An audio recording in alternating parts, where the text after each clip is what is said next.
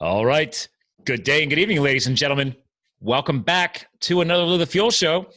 So this evening, as I'm recording this, because it's evening on the East Coast, we're going to change our curvature, so to speak, on our podcast style, because obviously we always talk about health, business, and lifestyle. And don't worry, our new guest co-host will easily be able to discuss that. But I'm going to throw some key words in tonight on her intro that I'm not normally using, one of which is choreographer. That's right, choreographer. Just keep that in the back of your mind. Usually you think about like dancing, and but I'm going to get a little hint here. She's more of a life choreographer, and she's also a big fan of flaunting it. I've not had a history of flaunting a lot of things, but I've gotten better at that since we've got some social media out there, the podcasting out there. Sooner or later, you got to learn how to flaunt it yourself and put your best self forward. But listen, we're talking about a former attorney, talking about an author, a speaker, even a radio personality, and she's got her own podcast too. So there's a lot more to her, and we're definitely going to talk about healthy lifestyle balance tonight. So without further ado, ladies and gentlemen, welcome Lora Cheadle. Welcome to the show, sir. Thank you so much for having me. I can't wait to be here and jam on all things fun with you. Oh, we're going to jam on everything. Oh, good. It's funny because right before I hit record tonight, I just finished another podcast. And have you ever, I don't know how much you follow the ketogenic world, but I had on a very well-known scientist by the name of Dr. Dominic D'Agostino. And it's just, you and I were joking around before the show about Colorado and skiing and surrounding yourself with fun people. And friends of mine got me this t-shirt. It says, "Sorry, I can't. I'm in ketosis." Oh, no. So if you know anything about that, everybody's like, "Oh, well, Scott can't do anything fun because he's fasting and he's trying to reach his peak level of ketosis or a ketogenic state." So I just like fun friends who like to rip on me by getting me fun shirts like that. So I decided to wear it tonight, obviously for Dom's podcast, and now you get to enjoy it as well. So I'm so pleased to know. So are you in ketosis as we speak? Actually, I am. So today is a fasted day. Actually, tomorrow I'm doing a second one back to back. I about 4 times a year, I make sure I get in at least 2 back-to-back fasted days. But that there's still supplementation and vitamins going in there, but you're not eating traditional meals, so to speak. So you're allowing those organs to take a hiatus, rest and recover, and get your body into a peak state of detoxification. So that's one thing that's learned. That's one thing that I started adding into my lifestyle back in 2010, as far as how I started changing the choreography of my life to throw in some of your buzzwords. So perfect. Yes. So, well, let's real quick, let's catch the listeners up here. So obviously Life Choreographer is your brand. It is. And your book, as I hinted, is actually called Flaunt. Drop your cover and reveal your smart, sexy, and spiritual self. So I'm having fun with that because I'm going to screen share for the video watchers right now. There she is. And there's the book. So finding your fetish, laugh out loud, accept unconditionally, navigate the negative, and trust in your inner truth. This is your acronym behind Flaunt. So I just want to set the stage right off the bat. Perfect. All right. I want to start though, if you can, on the last one. Trust in your truth. That is such a big one because I think most of us can probably relate to this. Okay. There's that whole set of expectations that we have to live up to, whether we're in school or whether we have a job or, families. We're supposed to do a whole bunch of things in life. And while some of those things are great and fun and we can get excited about it, sometimes they are incongruous with our inner truth. And it's and it's really important, first of all, to know what our inner truth is, and then to trust in that so we can live the life that we want, and we don't end up being 110 years old and go, whoa, I never did anything that I wanted to do because I was so busy doing everything I was supposed to do. Yeah, but Laura, isn't that being selfish? Not at all. Because I'm making a joke of that because I've struggled with that over the years. I have no problem. Thanks to this podcast, I've gotten more vulnerable in the past couple of years and more transparent to a fault maybe because people are like, "You just don't hold anything back, do you?" And I'm like, "No, I just really don't care anymore." I was like, and you know what? It's so freeing to have that, right? That truth. Oh my gosh. Yes. It's so freeing. And I think it's empowering. I mean, we're just going to dive right on into a whole other level here by throwing out another buzzword, burlesque. Oh, I Ooh, like it. Okay. yeah, Where are we going with that exactly. one? I dance burlesque. Very Ye- nice. I've Yes. actually, my wife and I have actually been to like a professional, like burlesque. What do you call them? It's not a So, lounge. Is it a performance center? I don't even know what you mhm. call it. Well, it depends. Cabaret, There you go. theater. Yeah, I've danced literally all over the US, including Really? in Hawaii We with did not burlesque. discuss that during our preview. I know, but that's actually what a lot of flaunt is about. I use the concept of burlesque, the concept of dropping your masks, of, Hmm. stepping out of your costume and being vulnerable, showing who you are.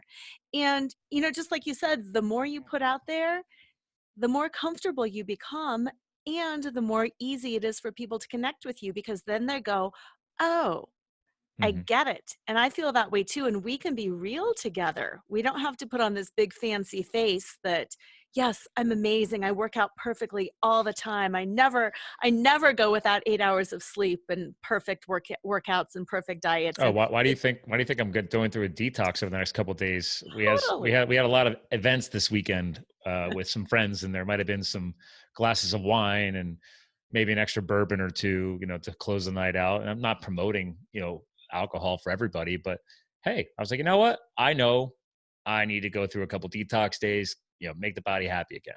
yeah, So, absolutely. so yeah, I party. I'm not Yeah, just the health nut. right. Because balance is important too. Yeah, but I love where you're going with this because there is you dropped a very key word here, which I brought up in my business coaching. I do sales and marketing coaching too for some of my clients and their employees. And it's like, guys, like you can't beat the power of transparency to create approachability. And people don't understand that. I'm like, guys, like the more I'm not saying you get down and dirty with your inner laundry, so to speak, right off from day one. No, no. But if people can connect with you, you come across more genuine, more real. You said like you're kind of taking that wall down, that fake facade, because you're Yes, worried so much about what other people think. yes. Sorry, I just don't give a shit anymore. Right. I did it one time. I did it one time. Mhm.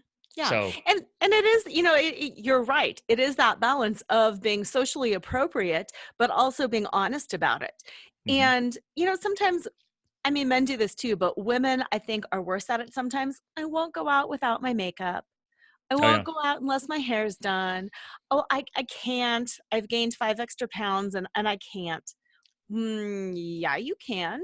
And nobody is going to judge you. And if they do, that might not be the kind of person you want to be with.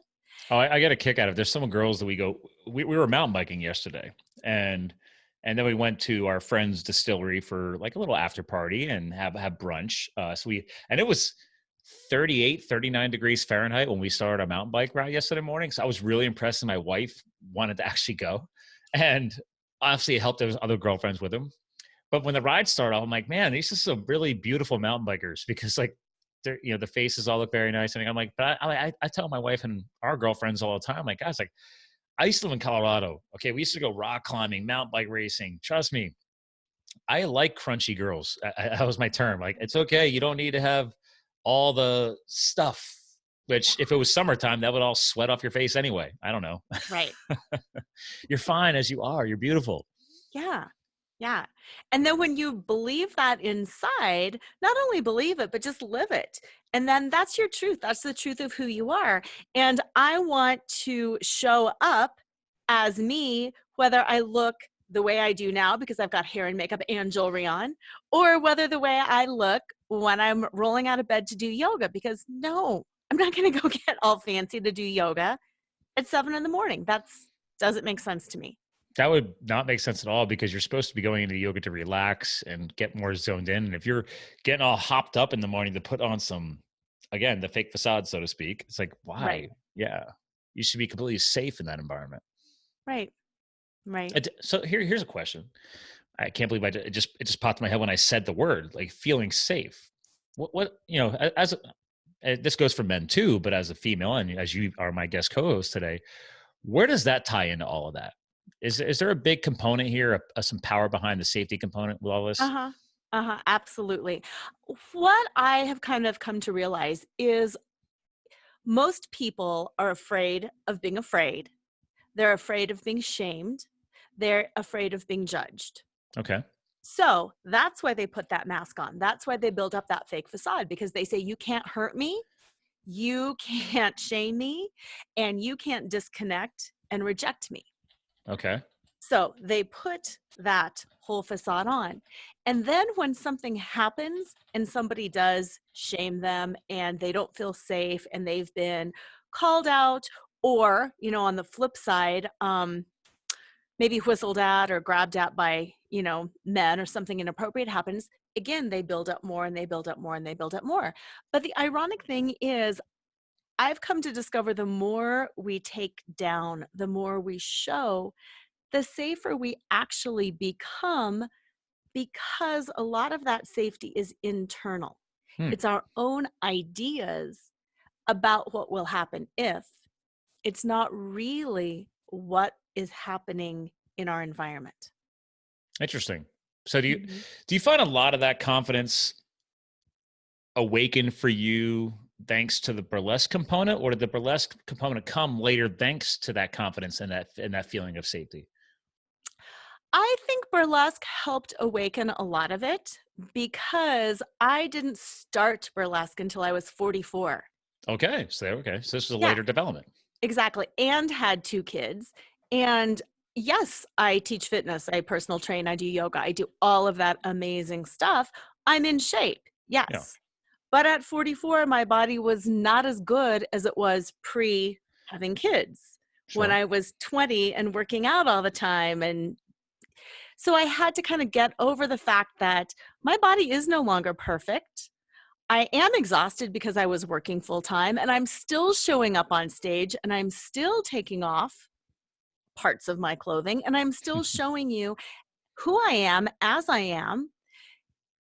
And the judgment was in here. The judgment was in me, that people won't accept me because I've got some stretch marks. People won't accept me because I've got extra weight on. People won't accept me because I have gray hair, because I have wrinkles, whatever. And then when I did, everybody was like, "Woo, you go. That's awesome. Now, because you're enjoying yourself and your body, now I'm free to enjoy myself and my body. Thank you for being real." And I Yeah. thought, whoa, whoa, whoa. I'm limiting myself. Other people aren't limiting me. I'm afraid. I'm not safe because of my thoughts, not because of reality. Interesting. Hmm. It's funny because earlier you had just mentioned how, your body wasn't as perfect as it was when you were younger. But the way is all coming across now. It's like, well, how do you define perfect, right? And Yes. where's that definition of perfect in your stage of life? And that's why I've actually really tried catching myself nowadays more. I never did before. I actually now try not to even use the word anymore, because it does set the wrong precedent. That's what I'm hearing from you as well. It's like, well, what's your definition of perfection? Because if there is such a thing, then you're always going to be second guessing yourself, as you hinted, or wondering what other people think and everything else. Like, guys, like, okay, fine, I'm perfect where I am right here, right now, and what I've accomplished and what I'm about to accomplish into the future. Yeah. Yeah, that's not a bad place to be. Yeah. And stage of life too. I just want to address, of course, there's an age component, but there's also a health component. There's also a circumstantial component. What else is Sure. going on in your life? When I was writing my book and I had tight editing deadlines, no, I was not going out and running and lifting. I was eating kind of like crap. Hmm. And that's okay, because it's a phase of life, and I'm aware, and I will get back, and I will always do the best that I can. It's just that sometimes my best is down here and Hmm. sometimes my best is way up here. So yeah, perfect for me now, perfect for what's going on in my life now. The end. Well, it's interesting because you said, I mean, well, I think I said it and you said it. It's like the stage of life, right? Yeah. Like I didn't always have the salt and pepper look on the beard and the hair, and that kicked in a few years back. And I'm only 42. Yeah. I got guys I know that are older than me, and they haven't shown gray yet. So I actually tell them all the time, like, that's just because I just lived life more aggressively than you. Yes. And, you know, it's like, dude, it's like it's set in from, and it's proven you can actually attract gray hair the more stress you apply to your body and your mind. And, you know, me being a former firefighter, that didn't help with that. And I'm an adrenaline junkie. So I put myself into stressful situations. Actually, I'm just making a connection to you. I put myself into stressful situations over and over again, which has dropped the threshold for me and made these elements more approachable and easier. That's kind of what you're hinting at here, right? Is that for Yes. me, it's adrenaline junkie stuff. Now, actually, to be fair, if I ever got on stage and tried to do what you do for burlesque, that would be some adrenaline pumping. Yes. But that's what we're talking about here, is that you're breaking the wall down, you're breaking that threshold down. And it doesn't mean people hearing this right now say, great, I want to go try this extreme new level of life and I'm going to try this. And it might be too shocking. Maybe you start off with a smaller speed bump or a smaller hurdle. Now, is that some of the stuff that you like to get into with a lot of people, is helping them figure out that path, you know, that Yes. choreography? Yes, absolutely.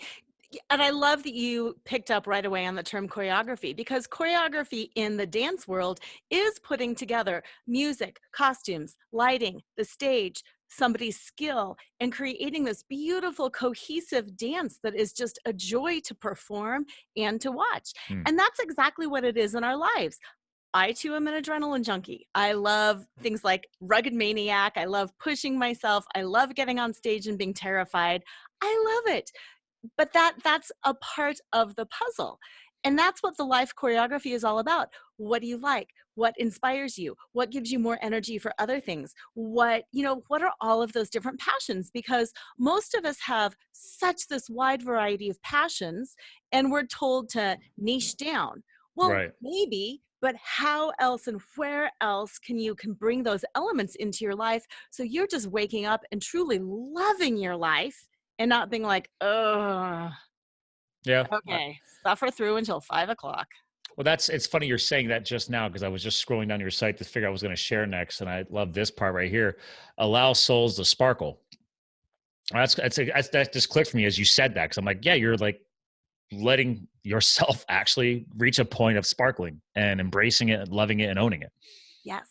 Now, granted, a lot of guys I know probably wouldn't use that word, No. but I get it. I get it. You know, find your other synonym that you want to use for sparkle, whatever. Some people say shine, let your soul shine. That's Hmm. the point here. Isn't that where we want to be? And granted, to your point earlier in the show, we're not always going to be in a state of sparkle, not always in a state of shine. Right. That's life. It's Right. okay. It is. But it's always about pushing for that next level of happiness. I mean, we all have horrible things happen. Okay. And yeah, feel it fully. Feel that horrible stuff fully. Let it move through, and then let's keep looking ahead. Don't stop. The N on my flaunt, navigate the negative, Hmm. kind of goes to that. Horrible things do happen. Mentally, physically, spiritually, emotionally, job, family, whatever. You will get divorced. Somebody will die. Somebody will get sick. It will happen. Do we stop our lives? No. No. We figure out what else. We allow ourselves that time to mourn, to grieve, to do whatever. And then we keep finding what's fun and we move into that. So the navigating of the negative, I like you just brought that back up. Let's pause on that for a little bit here, because let's be real. At least most of our listening audience is here in the United States of America, North America. But I mean, we do have a lot of international people too, and I do believe in respecting the world stage. And there's at any given time very big spikes of negativity, very low spikes of negativity. But either way, there's still always going to have negativity around us. Mhm. So I love that when we talk about negativity, that the exact polarized opposite is positivity. So we have a choice on what positivity and negativity we let into our lives. How do you address that for people? I'm very intrigued because for example, I call it the negative news network, like many people do nowadays. I don't allow that to influence my life. That was a coaching tip I learned from a coach many coaches ago, and brings back the power of working with coaches and helping people grow. So, how do you like to work with people around that negativity subject? I like to work with people in helping them realize that everything comes from within. Okay. We are a person. We are this whole entire being, nobody is inside of our body. Nobody knows how we feel. We are the one that creates our own emotions. Things happen around us. There is not another person on the planet that we can control. We can't control the weather, the people, politics, the world. There's literally nothing we can control except our thoughts and our behaviors. Hmm. And while that on the surface can kind of be a little depressing, I really help people take that next step and to find the positivity in that. If I can control my behaviors, maybe I can stop my hand from like picking up a cigarette. Good If you're trying point. to stop, can you control your hand? That's all you need to control. You don't need to control the cravings. You don't need to control the thought. Can you control your hand? Yes, I can. No, that I completely agree with. Mhm. I learned that years ago. Actually, wow, one of my corporate jobs just clicked in my head. But I remember I had a manager, and we actually overhauled the entire. We actually created an entire coaching and development process to our management structure, Ooh. and because they said, listen, you have 20, 30 person employees on every team. This is back when I was a manager at a company, and they stripped us of our titles, and then they sent us to this full immersion, whole new coaching program, and then changed us into coaches. And they said, listen, managing people is one side of the frame. They said on the other side, it's learning how to coach and develop. And one of the biggest arts that we had to spend over the next 2 years figuring out is that behavioral analysis, because Mhm. you might be teaching or managing to the same policies, procedures, methodologies, but in the end, behaviorally, each and every person on that team is going to behaviorally respond differently. Differently. So it's learning that, hey, human beings are all different. Now, there might be some similarities. If you have, let's say, 20 people, you might be able to get it as generalized as like 4 segments. But if you really dig deeper, you're going to have 20 different personality types, 20 different behavioral programs. So it Mhm. was just a very eye-opening experience. It's funny because it popped back in my head right now as you're talking about this. I'm just Yeah. intrigued at how that relates to your choreography, because you had to be prepared to adapt and respond and change that behavioral analysis on every single person. Yes, exactly. Instead of thinking my boss is stupid, my employees are stupid, everybody's stupid, it's me. It's about me. What can Mhm. I do to communicate differently to make my employee understand or to make my employee more motivated? What can I do to make my boss hear what I'm saying and understand what I'm needing and to solve this problem in a way that is what I need? Hmm. It's all the onus is always on us. I like that, because we do Mhm. have to take that accountability Mhm. and be willing to at least look at ourselves first. Mhm. Because how are you supposed to get through to the other person, right? If you haven't Right. actually gotten through to yourself, how you expect to do the same thing with the person you're trying to help? Exactly. Exactly. I'm a hypnotherapist, and part of the training when I was doing the hypnotherapy was understanding learning styles. Okay. And we've all probably heard about, auditory and visual and kinesthetic and all of that. But Mm. they also talked about direct and indirect suggestibility. And some people are directly suggestible. If I say, hey, go over there and grab that. Some people, if they're directly suggestible, will do that. Hmm. Or if I say, hey, you stop eating carbs, they'll say, okay, I'll do that. Some people need the indirect suggestion. Wouldn't it be nice if you handed that to me? Ah.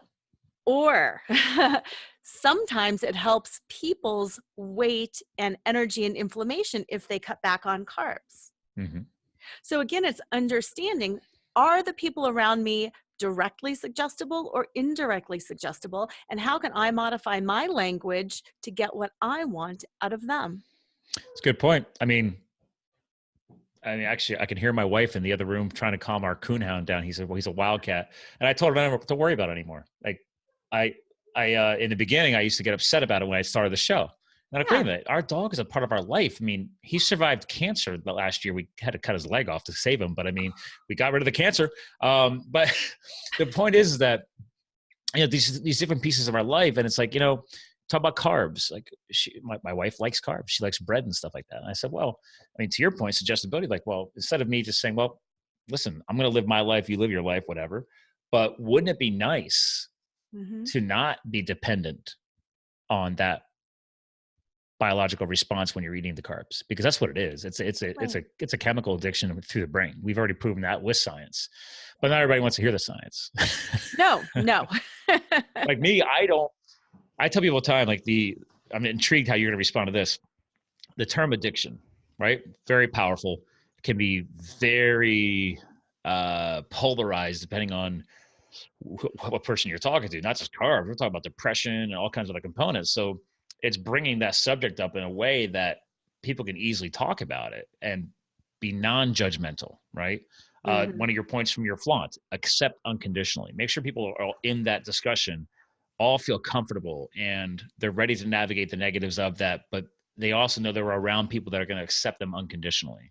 So I'm just intrigued how you would flow out of that little discussion point. I will flow out of that, but I'm going to segue real fast. I have a coonhound too. Oh, really? Nobody has coonhounds. We can always pause for coonhounds. We have a red tick. What do you have? I have a Tring Walker coonhound. Ooh, okay. So ours is our English red tick coonhound. So, and yeah, he's 11 now. I think he's 11 now. So. Yeah. Oh my gosh, mine is 6. So okay. Yeah, oh, young. Not a lot of. Yeah. He met a young lady yesterday. We had him out mountain biking with us, and a woman walked by with a legit red tick. I mean, it was almost all red fur, whereas ours has a lot of white speckle. And I let him out of the car, and she was probably only 5.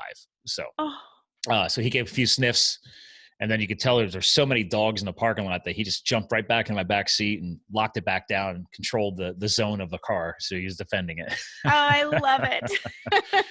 I was like, dude, you just had a young hot lady there in the parking lot. You could say hi longer than 5 seconds. But hey, coonhounds do what coonhounds want to do. Yeah, they do. They're amazing. So, yep, we broke for the coonhounds, and now we're back. I'm happy to, because that's part of our lives. So. Oh my gosh, totally. Yeah, because when I heard yours, I was like, wait, is that Watson? But yeah. No, that'd be ours. So okay.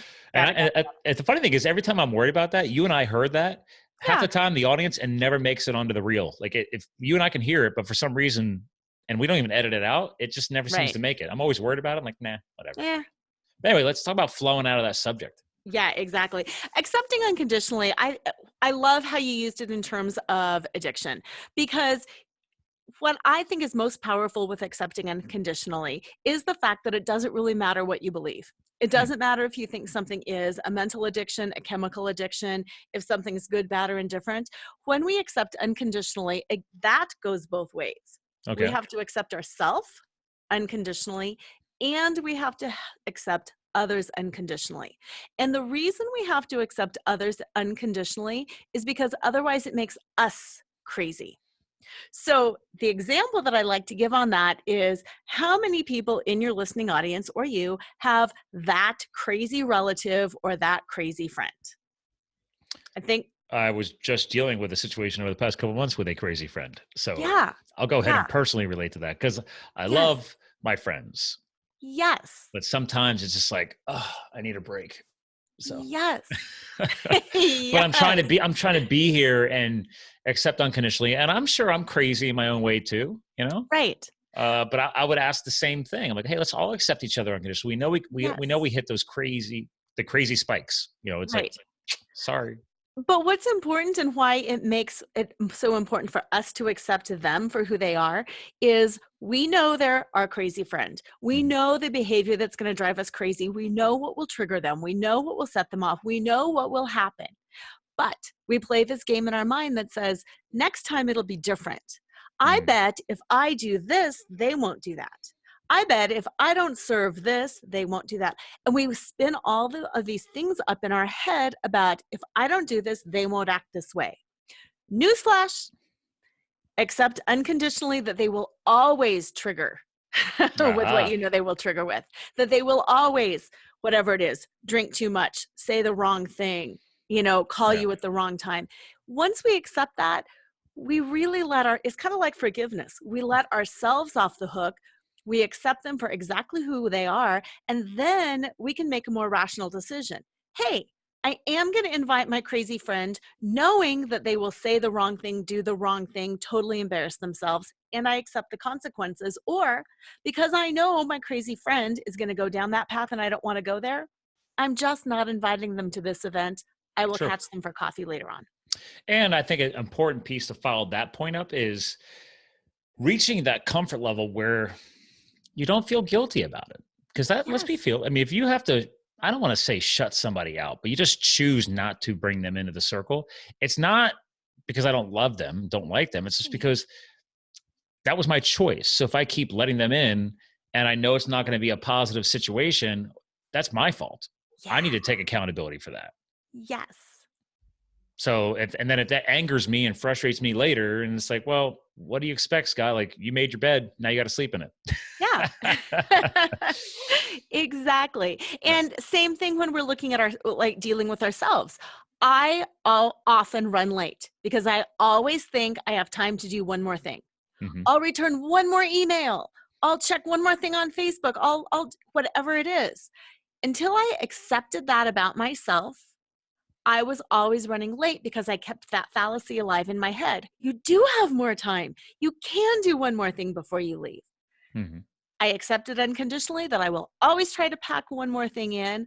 I accepted that. And now I will consciously be like, nope, not checking that until I'm done. I got a couple of friends, different circles, but there's always that late person. Yes. And I, t- I drive myself crazy when, if it's not often, if I'm late, but then I take accountability. Like, you know what? That's because this, that, and the other, or sometimes, God forbid, traffic or whatever. But I'm so annoyed by it that I will like pull the car over quick, respond to the calendar invite that was a business meeting and say, hey guys, I apologize. I'm in a traffic jam. According to the GPS, I'm now going to be about 5 to 10 minutes late because I want to make sure they know that I care enough to respect their time. Exactly. But we all know, as you just discussed, that there are some people who don't even think that way. And Right. I have a few of those friends, and it does drive me crazy. But then Yes. I took the accountability and said, well, if you keep telling them the exact start time, then they will always be late. So just tell them it's 30 minutes earlier. Yes. And you just figured out your workaround, or you don't invite them because they're always going to be late. Whatever. Exactly. Yeah. Exactly. Because again, it's always on you. Mm-hmm. Accept yourself. If you want to change yourself, you've got to accept it and not lie about it. Mm. Like the fitness stuff, I'm sure you've worked with people like this who are always saying, I can't wait to get in shape. I can't wait to do this. But then they never do anything about it. Yeah, wow. Yeah. That any new personal trainer or fitness trainer that could be hearing this podcast right now, it's the one thing it took years for me to learn is that one, don't try and help the people closest to you Nope. because it's falling on deaf ears. Two, definitely not your family and definitely not your closest friends. Three, um, it's all about the why. And I'm intrigued how we're going to take this into the next chapter of this conversation. I'm sure you're going to love this, but this actually applies to health, business, lifestyle, everything we talk about. It took me years to realize, but I'm like, guys, until you as a person sit down and dig so deep that your why actually hurts, like your passion just gets ripped open when you think about it, then I can help you. What are your thoughts on that statement? Because I used to just like, oh, okay, well, they're going to pay me, so it's okay. I'm like, nope, I can't even stand clients like that now. I'm like, nope, I'm not even going to work with you, Yep. business or otherwise. Like, until you give me a really solid why behind why we're going to get into a contractual relationship or whatever, like, I need to know that you're ready to get in and get dirty. And if you're not, Yes. move on. Yes. Oh my gosh. Yes. And how that wraps around is that whole first letter of flaunt. Find your fetish. And Right. I There you define, go. Call it fetish yes, then. There we go. yes. Your why is your fetish. It is. It has to be that thing inside of you that's like, I have got to do this. I have got to make this work. I have got to change, grow, build, whatever, because you're right. Otherwise, things get in the way. Mm-hmm. And it's okay that things get in the way. Again, it's accept unconditionally. If you say you want to do something, but you really don't have the passion to do it, Yeah. accept that and then quit saying you want to do it. I'll be transparent right now. This morning, I finally added back into my regular counter on my phone. Like, I'm a morning person, so it's all right. Let's just start trying to get, especially on home office days, Mondays and Fridays. I try not to travel, it's like, you know what, you got to get that workout in first thing. And this morning, I didn't get it. Mhm. I jumped all over my stuff and I broke my rule. But I said, fine. I immediately looked at the rest of the day. I said, are you getting out there after 1 p.m. between 1 and 2? Get out there, and because I have a gym in the garage, so I'm like, get out there and swing some kettlebells, get after it. You owe yourself this, Yeah. because I always feel high afterwards and I feel great and it carries me through the rest of the day. Or in this earlier point, it gets me going for the rest of the day. Mm-hmm. But I owe that accountability to myself. All right. You can't beat anybody else up but yourself. Right. You did not follow your schedule. So that you owe yourself another slot to replace that. You don't Mm-hmm. push it off to the next day or the day after. But those are the kind of people you want to work with. The ones who take the accountability, find a way themselves to replace that time slot or, reinsert it back into their day. Mm-hmm. And Yeah, that goes because for, they get it. They want it. And it's that passion. And that's why. And it's okay not to have your passion yet. Just quit talking about it yeah. until you're ready. Yeah, talk is cheap. Classic quote, Yes. right? It's like, listen, we can all Yes. talk. We can talk until we're blue in the face. But Oh, yeah. when is your conversation going to reach the point of actual action? Because there's lots of people out there. Those are the kind of people you want to work with. Great. Mm-hmm. You want to just talk about it till you're blue in the teeth and you're willing to pay for it? Great. Not me. It's Nope. exhausting. I can't stand it. Like, no. I work with people, business or otherwise, that are ready to rip the lid off. Mm-hmm. That's it. Like, I'm tired of you. Like, well, I've always wanted to start a company, or I thought about that Instagram profile, or yeah, maybe I'll start a YouTube. I'm like, you're not talking to me. Nope. Nope. Exactly. Yeah. I'm like, oh no, we're pulling the trigger tomorrow, right? Yep. Okay, good. And Go. tight timeline. Let's go, go, go, go. Mm-hmm. That's how I work. Mm-hmm. And it took me a few years to realize that. Yeah. The people that annoy me are the ones that drag their feet. Yes. So I don't And work with them. again, yeah, we're similar in that regard. And I think some of that is to the adrenaline. Sometimes I like to be, whether it's pushed on stage literally or metaphorically, push me out, go, I'll figure it out. I'd rather sink or swim, and I'm not going to sink, I'm going to swim. And it might not be perfect, but then that'll get me out of that, trap of perfectionism. Well, let's go back to branding, right? Let's pause on branding 101 and marketing. You've done a great job because Laura has got a nice gold sparkle to it. You can't tell, but even in the, what do you call this, like a bluish green teal backdrop Right, teal. behind your words, like even the cover, obviously cover your book, you have 3 different shades of sparkle. Yes. All right, well, let's relate your sparkle to my obsession with fire. Former firefighter, Yes. fire in the logo, fire everywhere. All right. Yes. I want to get fired up in everything I do. Fetish, fire, sparkle, whatever. Same thing. That's who I want to work with. I want people that I know that my fire, because people who work with me are like, holy crap, dude, like, you're just fired up all the time. And I'm like, yeah. And that's who I want to work with. Okay. If you're not ready to get fired up, move on. Right. Right. It's like, you're ready to help. I mean, I'm taking a guess here. You're ready for people like, okay, is your sparkle already starting to happen? All right, let's get the sparkle out the wazoo. I want sparkles shooting out of your ears. Yes. Yes. That's what I get. That's what I get from you. So yeah, absolutely. And that's just a little segue story here too. I'm enthusiastic. I move a lot. I'm energetic. I love dancing. I'm a former, cheerleader, and that's my personality. Woo, woo, woo. Go, go, go. I'm always up. I don't sleep. I'm working out. I'm doing it. And that's what made it a little bit difficult when I was a corporate attorney, because my personality is sparkle, that does not click. No. Yeah. And I'd be like, yeah, we're going to court. Your case is so good. And people are like, whoa, tone that down. Yeah. The people they probably look at you like, what, how many shots of espresso did you have today? Right. And it's like, no, I love this case. We're going to do it. And that's a shame because, I mean, granted, it's weird having to go to court for anything, but it's like, well, you want to know that you're working with somebody who's passionate about what they're doing. I would hope. Right. Yeah, corporate law, don't see that clicking, man. You must have been like a bottled up explosive device, just ready to pop. I mean, sheesh, that's crazy. So when that epiphany hit, you must have had like the lid was like not just ripped off, man. It was blown miles away. Yeah, it was like a soda bottle that you shake up and you go. Phew. Yeah, it was like a giant rainbow shooting across the sky of sparkles. Exactly. Oh my gosh, yes, you get it. You should get like an animated graphic for that. Just see this all of a sudden, you just rip the lid off, and then there's a sparkle shooting like a rainbow. So I like it. New marketing campaign. I like it. Yeah, exactly. Well, I mean, we're having fun with this, but that's also part of this point too, right? It's like, why, again, part of life, part of your brand, life choreographer, right? Build your dreams, live your sparkle. Yes. Isn't that what we want to find in life? Something that gets you to sparkle at least a little bit? Yes. Get fired up a little bit? Yes. Yeah. Absolutely. And so many people, this drives me crazy, but it's part of life and I did it too. So many people have this idea that I'll do something when. I'll do something when I find a relationship, when I get divorced, Yeah. when I have kids, when the kids leave the house, when I move, when I make partner, when. Everybody's always pushing out when they're going to be happy. Well, reality says there's no guarantees in life. Can Yep. you just be happy now? Even if you have a long life, why wait until you're 70 to start being happy? Yep. Be happy. Even when horrible things happen. I work with a lot of people in transition. Bad transitions, suicides, divorce, death, awful stuff. Yes, transitions happen. Yes, bad things happen. Yes, you can mourn, but you can be happy and in mourning at the same time. You can be in trauma and you can be happy at the same time. It True. doesn't have to be this negative cloak over your whole life. You can be going through a divorce and you can still have a great night out.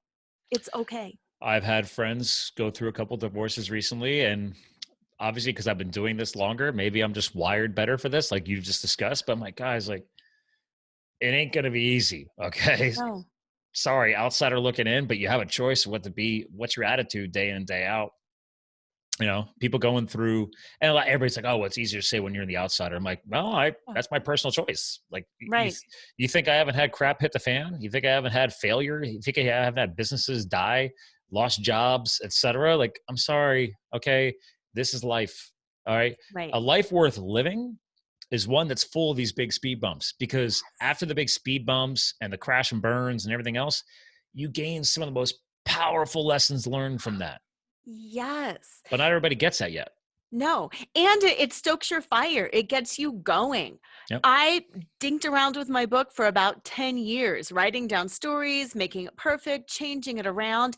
It kind of wasn't until I had a crisis point that it was like, oh, now I need to finish it now and get it out Yeah. now. But And now, to be without, fair, is yeah, that okay though? Right? Let's pause on that, yes, because it yes, wasn't ready yet. Right? yes. You needed something in your life to just push it, and if finally you hit that spot, it's like that's it. We're on it. And Mm-hmm. because I think a lot of people also look at those types of subjects what you just brought up here, and then maybe like have regrets over the past 9 years before that or whatever. I'm like, well, or it just wasn't that time for it to shine. Mm-hmm. So I always try and ride the gamut on that and trying to figure out how to explain it to people. So how do you address that? Mhm. I think I'm tying it back to what you were talking about earlier with fire and fetish and passion. Until you're ready to rip it open and Mhm. move with it, you can keep it in the back of your mind. You can keep taking some baby steps. You can keep learning and getting more information and growing and developing. Yeah. But I don't think it's beneficial to force something completely. Yes, Yes. we Thank need, you. you know what I mean? Yes, it's okay to try. Yes, it's okay to push because they say we need to try something. I think it is like 50 times before we achieve any sort of mastery at it. So, yes, you can try things. You can't just sit around and be like, Netflix again tonight. It's funny you bring that up, because one of my fans and followers made that light up the fuel sign behind me. Yeah. And he's a professional engineer. And he and I were talking at the gym one day. We were working out together, doing some CrossFit. And he's just like, he just started talking because he listens to the show. Shout out to James. And I was just like, dude, why don't you just start doing something on the side? Hmm. A side hustle. Everybody puts on Instagram, Yes. side hustle this or hustle that, whatever, dude. That's how I started. Yes. Have you start us, and the side hustle grows or fails, Yes. right? If it Yes. fails, then you move on to the next side hustle, and you keep going until something clicks or makes sense. Yes. And that's exactly what it is with choreography, too. You try something, you put it up on stage, and you say, that didn't work. Hmm. And that's okay. You realize this dancer's too tall, this one's too short, the curtains are shading people, this looks awkward, that music's awful. Let's adjust it. Yeah. And it's all fine and it's all part of the learning. I mean, I've been through so many cycles. Sometimes people say, you have too many hats. How can you be good at everything? Well, I've taught fitness since 1988 because I love fitness, but it's not something I want to pursue full time. I teach yoga. I don't want to be a yoga teacher. I want to teach yoga once a week or so and do it on my own. I chose that education for myself. After I left law, I went back to school to become a hypnotherapist. I love components of that. But again, I don't want to have a straight up hypnotherapy practice. True. I'm taking the bits and the pieces of the things that I'm passionate about. I'm molding it into my way of doing it. And yes, I can wear all of those hats. And yes, I can do all of them. And they're kind of my side hustle, but I can roll it in and make it my own. And that's kind of part of that. You can't tell me what I have to do. If I teach fitness, I don't have to be a full-time fitness instructor. I just don't. I love your point on that because I've had friends in the past. I used to coach ski racing for like 11 years, and yeah, I don't do it anymore. There's only so many hats you could wear at one time. Yes. So, but I still take some of the best practices away from that. And I call it a profession. It wasn't a full-time thing. It was always a side hustle. I taught spinning, in a gym for 6 years, right? Dude, Yes. I'm not kidding you. I was in a CrossFit gym this Sunday and they had bought this new piece of fitness equipment that looks similar to a spin bike. And this girl was on there in the worst form and technique I've ever seen pedaling a bike. And she did not look like she was enjoying herself. And I said, would you like me to show you how to fit that bike to your body type so you can actually enjoy riding it? And she's just like, yeah, no one told me that. And I said, well, yeah, that's part of cycling. I've raced bikes for years. So I have these skill sets that are all in my head and I can just help people with it. It doesn't mean you need to do it full time. Exactly. I mean, but I like though, is that this trial and error. I want to make sure we stay on this. Totally. Yeah. Everything you just said, I always have a great quote pop in. Most people nowadays, if you aren't on it, you better be on it. LinkedIn. LinkedIn is a professional platform for connecting and networking. It's not like Facebook, but it's starting to get a little more social friendly. But for the longest time, it was a platform for recruiters. And it's not just that anymore. But anyway, the founder, he sold it, Reid Hoffman. One of his famous quotes, if you are not embarrassed by the first version of your product, you've launched too late. So translate that into what we're talking about right now is just look at life in general. Like, listen, you got to put it out there. Even if it crashes and burns, you're going to learn something from it. I Hands down. love that. Right? Like, why do you think there's, second releases of books? Or why do you think a movie, they try and make a second go out of it? Well, movies, they just trying to make more money. But there's usually a continuance happening here. And they try and find a way to improve upon things. That's why inventors are good at what they do. That's why scientists are great at what they do. A lot of science is trial and error and then documenting what they've learned and everything they've done up to that point and then learning to do it better the next time. Yes. So. I love that. I love that so much. And just in fairness to that, every time I've gone for a different certification or learned a different skill, yes, there is a part of me that's like, this is it. It's going to be the be all end all and I'm going to love it. And then I'm like, oh, I hate personal training people. I agree with that. It's funny because people are like, oh, are you because I've had so many roles as coach. I've been a CrossFit trainer, AKA coach, a USSA ski race coach. I hinted at earlier in the professional world before I left to be a firefighter, I became a business coach in the business world. And people are like, oh, so are you a coach? And I'm like, I never put it on my website. And I'm still back and forth if I do it or not. But yeah, do I know how to coach people? Sure. Of course. I studied psychology in school. I use psychoanalytics. I'm really good at it. Mm-hmm. It just hasn't clicked enough yet to make it part of my brand. Right. If you want to call me a coach, great. I literally have people call me their life coach. I'm like, I'm not your life coach. Like, well, you are to me. I'm like, well, good. Thank you. Actually, thank you. That's humbling. Thank you very much. I appreciate you feel that my podcast helps you that way. That's actually a nice warm fuzzy. I'll admit it. But it doesn't mean I need to lead the charge. And that's my new brand components, right? So I love that you're pointing out that because a lot of us, I should say, not just people, us, all of us, we go through these spikes where it's like, oh, like you just said, I went through this new certification and man, maybe this is what I'm going to lead with. Or you let it fizzle out, but it's still there. But you said it earlier in the show. You're going to find a way. This is a great quote.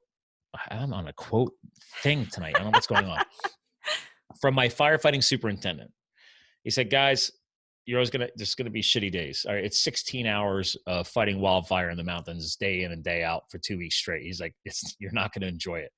But he said, we all have a choice. When we wake up in the morning, we go to sleep at night. He's like, we all have a choice to take the good out of it. He's like, what are you going to do today to take the good out of the day? And I love that because it's true to all of us. Like you're going to have shitty days. So it's like, okay, at the end of the day, you got to reprogram that mindset and find a way. We all do, to find a way Right. to take the good out of it. Right. Right. And going back to what we were saying earlier, what I love that you said about that is we were talking about the fear, shame, and the embarrassment, and that we don't want to be vulnerable and put ourselves out there Oh because yeah. Full circle. Nice touch. Yes. thank you. Thank you. It's like we all want to do it right. Mm. We're the only ones that recognize and remember our failures. I bet so many of the people looking back at your life would be like, huh? You consider that a failure? Oh, I Mm. forgot you did that. Okay, well, whatever. That was great. Yeah. We get hung up on our own failures. Again, it's that internal voice. I'm not good enough. I'm not smart enough. I really messed that up. I wasted all this money. I wasted all this time. And other people are like, God, that is so cool. They just he keeps moving ahead. She keeps Yeah. trying. This is great. It's not a failure to them. It's Well, only and a that's, I failure think, a to big us. lesson that I'm hearing from you. And I think we're both reminding of ourselves as well, is that that is what we need to be doing, right? Is Yes. that, okay, keep trying, keep moving forward, keep learning, keep experimenting, Yes. finding, not to necessarily take the good out of the day, but take the good out of that program or that job or that career or that business from your past, and keep those components moving forward. Because Yeah. actually, they're not hard. You'll find, and I'm only in my 40s, so you'll find that everything that's still in your head clearly must have sparkled enough there, time back to you, must have sparkled enough in your memory to stay there. Hmm. Whereas other things just fall out. Like some people think, oh my God, my memory sucks. Everything just falls away. I'm like, no, no, no, no, no. There's a lot of stuff that just naturally sticks. I've noticed it. It's just like, boom, it just stays there. It's like it's permanently programmed. Well, Hmm. clearly those are the lessons in your life over all the trials and tribulations that were meant to carry forward. And Right. you didn't even realize it. It's like, I don't understand why I know this stuff, Right. because it was meant to stick. Exactly. That's how I look at it. Oh, totally. Crazy story about that. My undergrad was in journalism. And I Oh, worked, yeah, and I interned at an NPR affiliate. And I mean, it was way back when, and we had the tape and we had the razor and we'd slice it and we'd tape it back together to do edits. It was crazy. awesome. But I loved radio production. And then I became an attorney and I did nothing with radio production. And all of these things happened in my life, but I was always thinking, I loved radio production. Well, then podcasting happened. Podcasting is radio production. Hmm. And it was like, score. That wasn't a mistaken undergraduate degree. I can kind of use the pieces of that I love and I can podcast. I'm with you, girl. If you went back to my high school years, I didn't plan on going to college, so I didn't take college preparatory courses. I actually went to a technology school, so I was able to only take the standard high school classes, in the morning, and then at lunchtime, you drove. Well, if you had a car or Yeah. you took a bus, you would go to the technology school. It was basically, depending on where you're at in this country, they call them vocational schools, they call them career technology schools, whatever. But I studied microelectronics technology, and Ah, I learned how to, rebuild circuit boards and tear apart computers and all kinds of stuff. I thought I was going to take that and become an engineer with all that stuff. And I started going down that route. It didn't click. But you fast forward to today, and I can still rewire anything. I can still, I still know all that technology, most of it in my head. um, but I'm still a geek with technology. I've got 3 computer monitors in front of me, or I got double webcams. I got a mixer board here and all this stuff. And I'm like, I'm not an audio engineer, but I get it. I understand yeah. all of it. So I'm Yeah. very tech savvy. So Yes. yeah. And that's huge. I mean, for everybody out there, I'm sure everybody's got that thing in their head where they're like, I've always loved this. I don't know what to do with it, but I've always loved it. Well, so full circle back to my buddy James. Like I had no idea that he likes working with wood. He's like, oh, I want to do the side hustle thing. I'm like, well, why don't you start taking on some freelance, engineering consultations, because there's probably stuff that your company, your firm that you work for doesn't do. He's Hmm. like, yeah, there's definitely stuff. So that was his first thing. Like he did a couple of things on the side. Like, yeah, that's your right. I mean, if it doesn't impact your current company's business at all, you're free to do that. Right. And then all of a sudden, I find out he works with wood, and I was helping, actually, thanks to firefighting. I'm a surgeon with a chainsaw. So we're over at his property, helping him, deal with a down tree. And then he shows me his wood shop in his garage. And I'm like, what is all this? He's like, oh, I like to, work with wood in my free time.